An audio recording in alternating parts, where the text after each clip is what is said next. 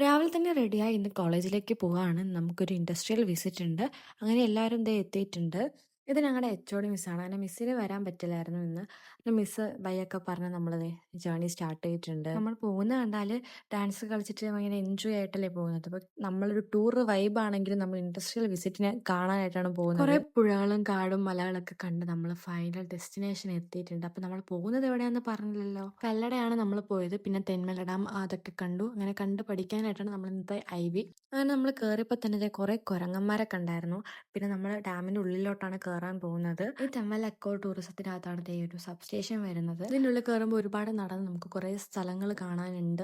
പിന്നെ എനിക്ക് പേഴ്സണലി ഫോട്ടോസും വീഡിയോസൊക്കെ എടുക്കാൻ പറ്റിയ നല്ലൊരു ബെസ്റ്റ് സ്പോട്ടായിട്ട് തോന്നി. ഇനി നമ്മൾ ശരിക്കും ഡാമിൻ്റെ ഉള്ളിലോട്ട് കയറാനായിട്ട് പോവാണ്.